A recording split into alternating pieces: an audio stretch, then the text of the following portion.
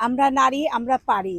আর আমরা নারীরা ঘরে বসে থাকতে চাই না। এই কারণে পুরুষের পাশাপাশি নারীরাও আ কি বলে এটাকে দক্ষতা অর্জন করতে পারে।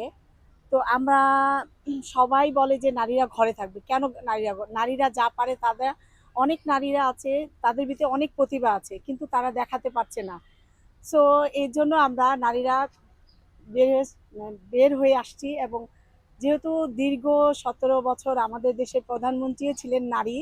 তো আর এখন নারীরা সব কাজে এগিয়ে আসছে। আর নারীদের নিরাপত্তা তো নারীরাই দেয়।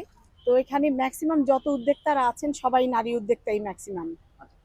বাংলাদেশের সর্বপ্রথম নারী হচ্ছেন বেগম খালেদা জিয়া, মরহুম বেগম খালেদা জিয়া, এবং দ্বিতীয় নারী হচ্ছেন আহ, সাবেক শেখ হাসিনা। আম, আর কি বলবো এই। আর এনাদের আমি দুইজন থেকে নারী হিসাবে মাননীয় এ, দুইজনই সাবেক ছিলেন। দুজনই আমি আমি এই দুইটা প্রধানমন্ত্রী দেখেছি, তারা নারীদেরকে অনেক উৎসাহ দেয় যে আমরা নারীরা সব কিছুই করতে পারবো। আর নারীদের সবসময় পুরুষ জাতিরা সবসময় নিচু চোখে দেখে। আর তারা এসে আমাদেরকে মাথা উঁচু করে দিয়েছে। যেমন আগে নারীতে বিমান বাহিনীতে নারী ছিল না।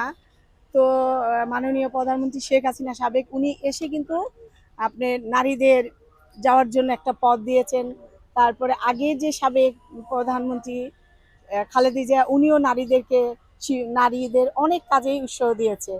এখন সব জায়গাতে নারীরা আছে, র্যাবে দেখেন নারীরা আছে, আর্মিতে নারীরা আছে, নৌবাহিনী, সেনাবাহিনী, সব বাহিনীতেই নারীরা আছে। দেন আগে স্কাউটের দিক থেকেও যদি আমি বলতে চাই যে নৌ স্কাউটে কখনো মেয়ে ছিল না, সেখানে ছেলেরা ছিল।